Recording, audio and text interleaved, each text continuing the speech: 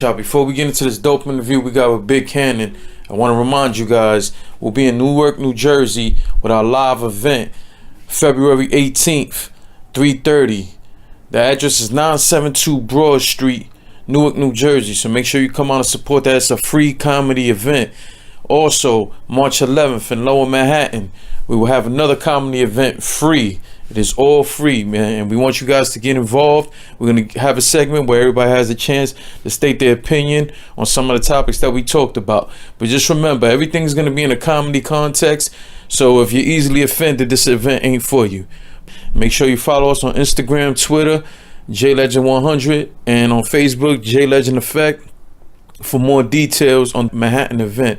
All right, so let's get into this dope interview with Big Kannon. If you're checking this out on YouTube, it'll be split up in different parts, so make sure you check out the other part. So again, shout out to Big Kannon, y'all. Don't forget to subscribe. We are now on iTunes also. Rate us on there. We always want everybody's comments and feedback. And let's get into the episode.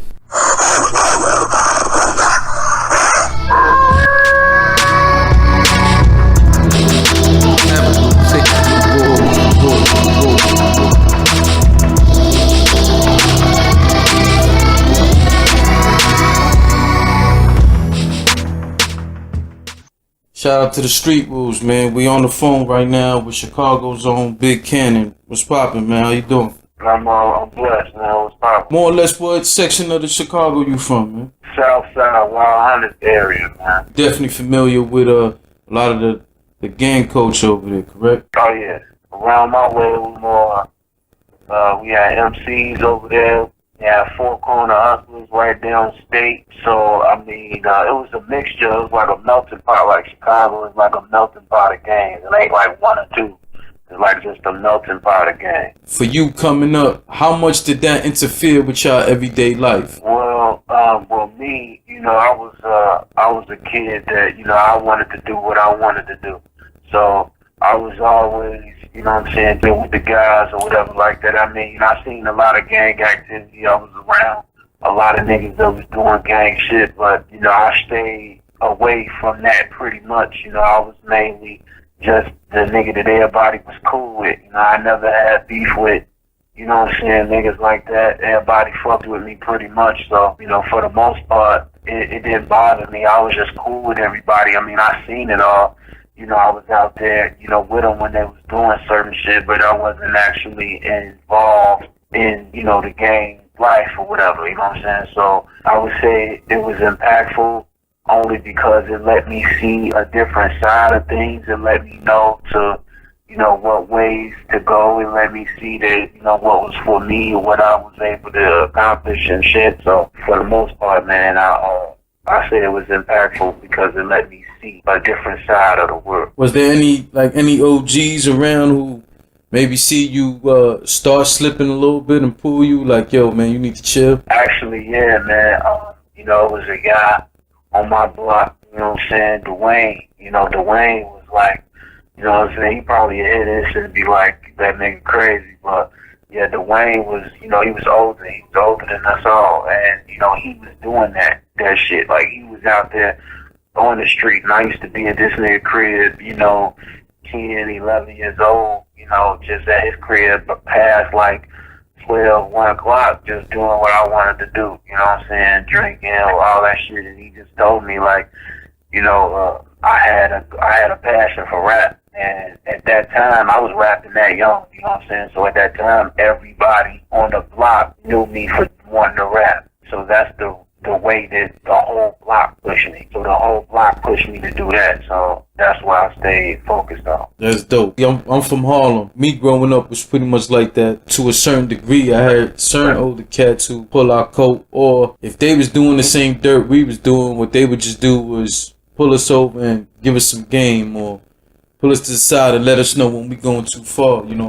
I've often said I think that's what's missing in today's culture. I feel like a lot of the OGs or the real thoroughbreds are locked up and dead, and we're stuck with followers leading followers. What do you say to that? Yeah, I agree. Like, a lot of the game, from my understanding and just being around you know what I'm saying, some of the OGs, you know, some of the older guys, it was mainly structure. Like, about everybody had structure. When a lot of those gangs, the leaders went to jail or got killed, a lot of the structure left. You know what I mean? It became divisions of things and not just one big corporation and shit. So it became more about territory versus, you know, actually an organization. So, you know, when those leaders left and they built those core, you know, values of shit, it just went astray and started fucking up. So I definitely agree with you on the fact that, you know, I just feel like once the leaders left, the structure left. You know, I've had conversations with some of my people, but I'll just ask you because you're there and you're surrounded. There's also people saying that there are a lot of gang, and let me say, I want to say kind of like gang splits, where you have certain people from the same gang actually going at each other. Is that true? Yeah, because that's what I was just alluding to. Like, you know, at this point, every man for itself. I mean, at this point, it's not really a gang thing. Like, out there, you know what I'm saying? Like, it's out there. It's definitely, you know, niggas that's within a gang that, you know, they ride together. Like, it's certain, like, we got certain territories that we know in Chicago that is certain gang, you know, area. Like you got Holy See, got, you know, Terrortown, you got, you know, places like that, like this. You know that this is the, you know what I mean, this, you don't go to this place, you know what I'm saying? Like, if you're not in a part of that gang. Situations like, a lot of this shit is about territory now. Like, niggas is repping the blocks more than they actually repping the gangs now. So, you know, it's more about territory. So a lot of these good niggas is out here just not even gang banging to be a part of an organization, but they more are gang banging in regards to territory, in regards to, you know, get money. It's a big money thing. It's not even just about, you know, or this squad going against that squad, blah blah. That happened more about, you know, territory. So what do you feel overall is missing in the city that might, you know, ease some of the tension up that the government can do? Is there something maybe the politicians of your state can do? I mean, at this point, man, I feel like we've been ignored in regards to our political leaders. Like, even Obama, by him being from here and knowing, you know what I'm saying, what's going on, knowing that, you know, we damn near had more casualties, you know, in the last few years of either him being in office than wars that was going on, that shit like that. So that's like being in the inner city with that many homicides, that many, you know what I'm saying, shootings and things like that that's happening that nobody pays attention to. So I feel like when it comes to the political leaders, I just feel like it need to be something to where they put a halt to ignoring it. Like, they need to make this noticeable. People do things only because they feel like they can get away with it, or they do things that they feel like, you know, there's no consequence to it. So if it's a certain situation to where you can implement some actual thing that will let people see, okay, we are here, there is some type of presence here, you know, they can't just keep wilding out. I feel like that'll do some change our mind state of our youth. Because to be honest, man, I think a lot of this shit is just no outlet. Like, no outlet, no nothing to go to say, all right, I'm successful, or I can be successful. We don't put things in place for our young brothers to be successful. So all they see is, you know, you got to get out here and get it. That's the only way to get it. I can be successful. There's no way that I could just, you know, stay in school or do this to get my mom out of her situation.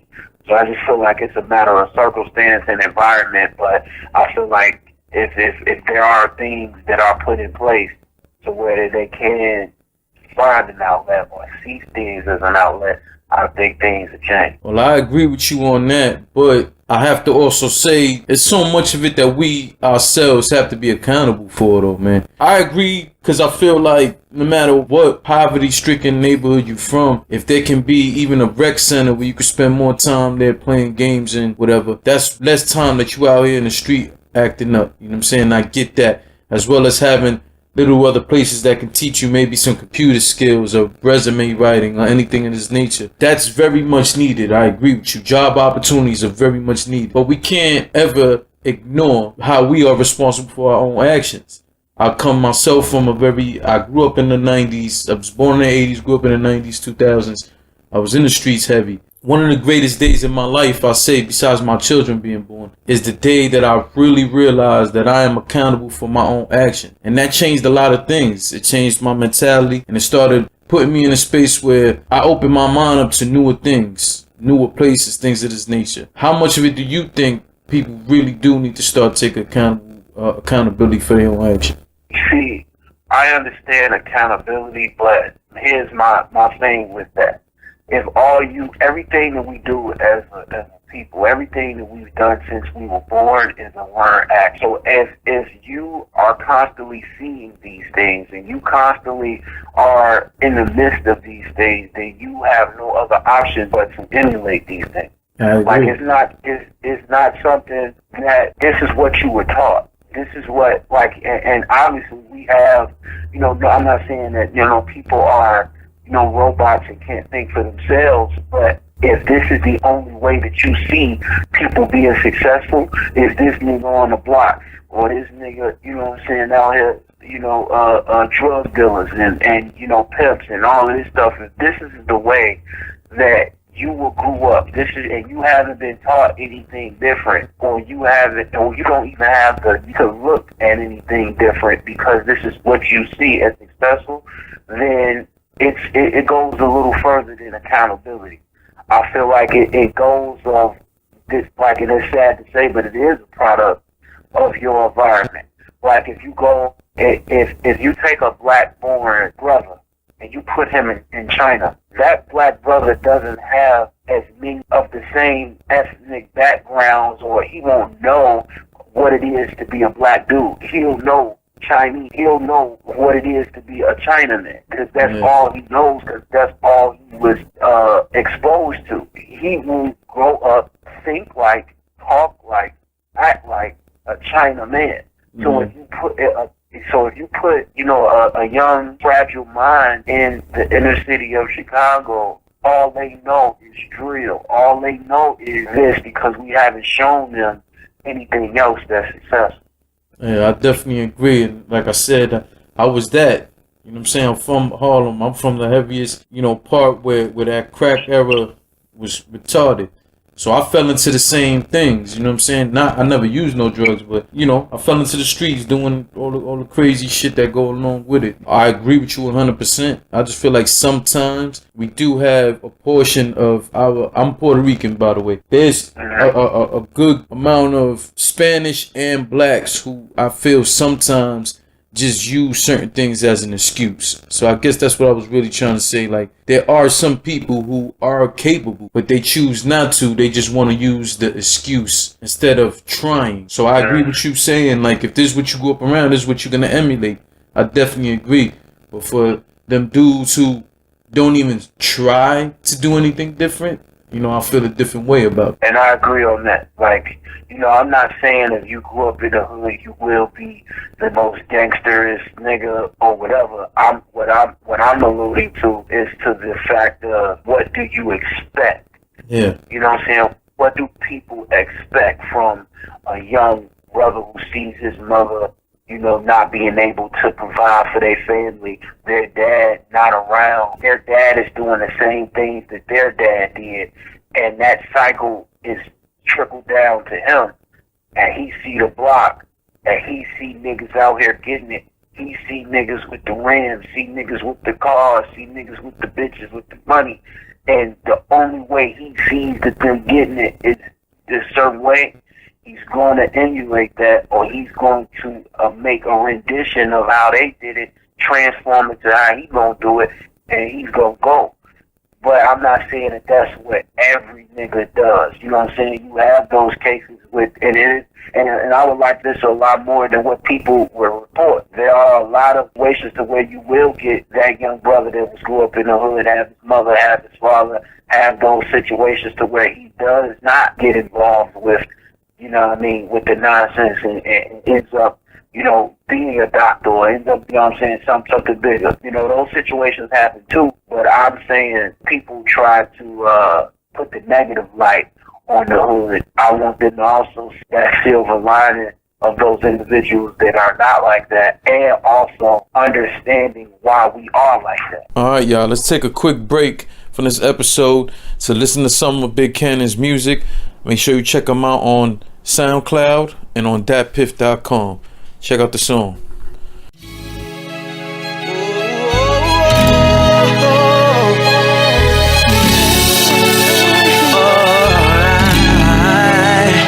Look, I truthfully loved you, believe it or not, but now your attitude has changed. You got a reason to stop. I'm through arguing if you caught me cheating or not. So when I hear you speaking, screaming, I just leave from the spot. I need time to unwind and find some direction. Push you to the side and put my mind in perspective. You want me to flip because you thrive off aggression. Wish that you in the past would come up live in the present. I love you but hate you. Seems I'm at a crossroads. You made it like this. What we gotta talk for? Don't come a phone if it's a memory lane, cause I'm just missing all your images that enter my brain.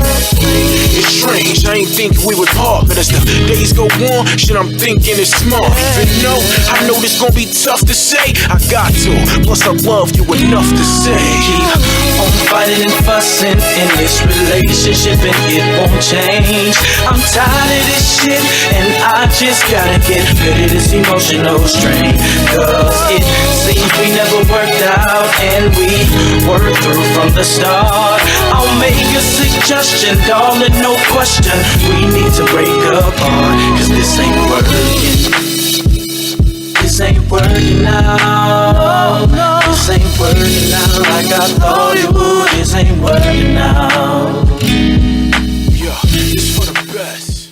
Good point of that you just made is the success story. Care to share any that you may know of? Yeah, man, that's cool. Like niggas that I grew up around, like Eddie Curry. You know what I'm saying? I'm not like he ain't currently in the league, but you know, me and Eddie Curry went to the same high school. You know what I'm saying? And Eddie Curry, just like any other young high schooler, you know, we was all everybody. Being a teenager, you know, you get in a fight, you get into certain things happen, you know, you mess around with, you know, certain people or whatever like that. And, you know, that was close to home for me because, like I said, we went to the same high school. So to see Eddie Curry, you know, come all the way from high school to make it to the league.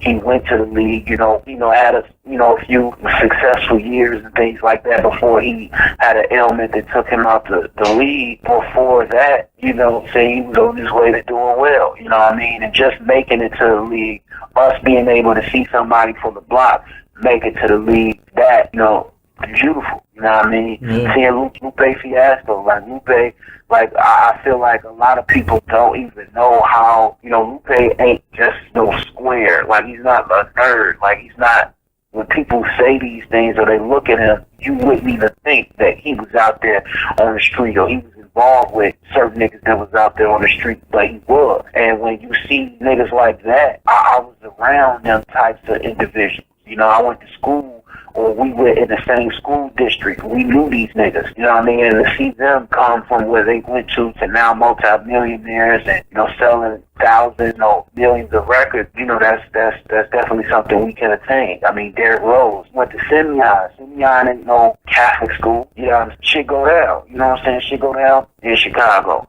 You know, and to see that brother, you know, come all the way from Simeon to now in the league, you know, was successful in the league, it was like being an MVP. You gotta know what that does for the young Chicago baller niggas that see like, all right, one of our own mates and we can't make it ourselves. So yeah, it's amazing. Just to piggyback off what you said, Eddie Curry, if I'm not mistaken, he came straight out of high school and was actually with the Bulls. Right. So that's even more motivation for some of the people. You know, your city right now is known a little bit more for its drill music at this particular time. Prior to that, was there a particular style before that? Well, Chicago has always been I hate to keep saying this term, but it's just true. You know, it's always been a melting pot for different sounds and styles. Like stylistically, you know, Chicago has never been one particular sound. And now the drill music is probably, you know, one of the more famous things that we're noted for, but that's not even all Chicago really does. You know what I'm saying? Like, you know, when we first, you know, popped on the scene, it was more You know, we had that playalistic style, you know, the tongue twisting.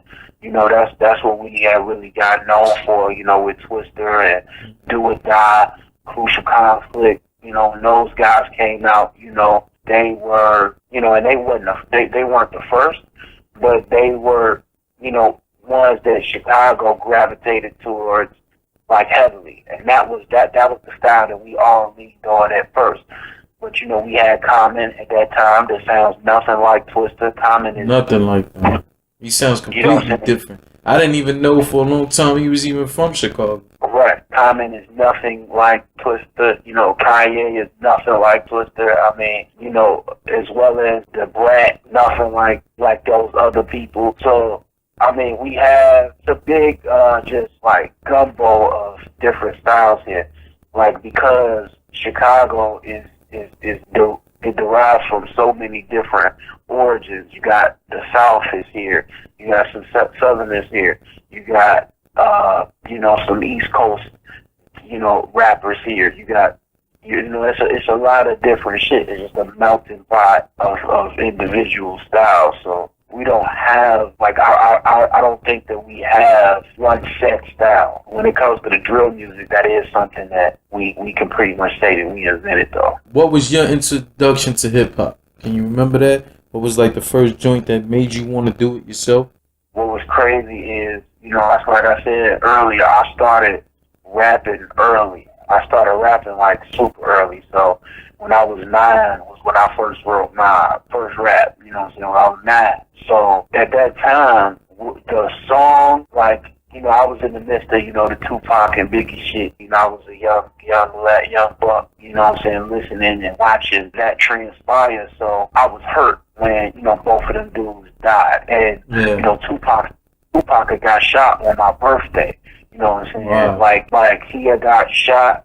I believe he passed on my birthday. I'm not sure, but I definitely got shot on my birthday. So he got shot on my birthday. That always resonates with me when they talk about, you know what I'm saying, Pac or whatever. So at that time, you know, Biggie had just died or whatever. So when Biggie had died, I was always a fan of music. I was always a fan of shit, but I really started listening to rap at that time. So when Biggie died, Puffy came out with the joint on the No Way Out joint, the I'll Be Missing. That song was so potent to me, you know what I'm saying? Like, I didn't know Puffy wasn't writing the shit. I thought Puffy was the coldest nigga in the world when I died. You know what I'm saying? I thought Puffy was the truth, you know what I'm saying? So I'm listening to I'll Be Missing You, and I kept playing it. I kept playing it until I knew the words. So when I learned the words, man, I just you know, rapping that shit. I did that shit until I definitely dig the tape like pop. You know what I'm saying? Like, I would keep listening to that shit, dog. So I listened to it and memorized it, and you know, I just started rapping it a lot. You know what I'm saying? So that was my first time. I was like, yeah, I love like rap. Like, I love rap. That was the first major introduction into me, like, wanting to rap. Who were some of the other people at that time that you listened to heavier? I wasn't able to listen to a lot of stuff because, you know, I didn't have no money to get this shit. Yeah. So when I was able to, you know what I'm saying, listen and watch videos and shit, it was, I was always, you know, fucking with my Chicago niggas, you know, Twister, doing the all of them at that time. I was obviously I was a Pac and Biggie fan. I was really up on them, but I was more in tune with the underground cats of Chicago. Those guys, they were really the guys that helped me become a rapper, because I would, honestly, I'm keeping it real. It was this one guy, I'd never forget him, man. And if I ever meet that nigga, I'd tell him thank you, because you've given me, you know what I'm saying, your talent has, you know, me watching you as a kid has made me play of the day. You know what I'm saying? So his name was Don the Drag. It's like the worst rap name ever. Like, the worst, like ever. And his name was Don the Drag. And I used to watch him. We had it was a syndication that used to come on channel 19 and 25 on our TVs and shit. So it was a joint called Elman Company, and this guy, was rapping on there, and I used to think that nobody else would heard his shit. So I used to steal his shit and take it to school and battle niggas with it at school. So this was so dope. Like, he was out here stealing bars, Kannon. Hey, look, man. I was a young nigga. I wanted it. You know, after I took those bars and was going to school and rapping that shit, I'm like, man, fuck this shit. All right, like, cause he at a point he had stopped coming on TV. So I'm like, damn, I ain't got no material. What can I say? You know what I'm saying? So he had stopped coming on TV. So I was like, man, I'm gonna write my own shit. Now it was a big drop off in terms of talent for what I was taking from him versus my own shit. But you know, I was like 9. I was 9 years old listening to this nigga and trying to rap. So, you know, I still remember the first line I ever wrote that was me, that was actually mine. It was like 1, 2, 3, 4, 5, 6, 7. I wish I am going to heaven. That was the coldest shit. Bars. Bars, you know what I'm saying? At 9, you know what I'm saying? That was like, and my mom used to be so proud that, you know, my dad used to be so proud. I was like, yo, rap your rap, don't want to rap your rap. So I used to always rap it. You know, it came up to, all right, where you new rapping it? You know what I mean? So, you know, that's where we got the pen moving, man, and the rest is just. Yeah, man, we might just title this episode, Big Kannon Has a Ghostwriter. Hey, I ain't mad at it. John the Dragon, bro. Hey, when I was 9, Don, you were everything to me until you stopped going on TV. we gonna have to make that reunion happen, man. We gonna have to get you somehow to beat him and get your shirt signed or something. We can't let this happen, man. Hey, he was nice though. He was not. When I was 9, boy, that nigga was the coldest thing in the world.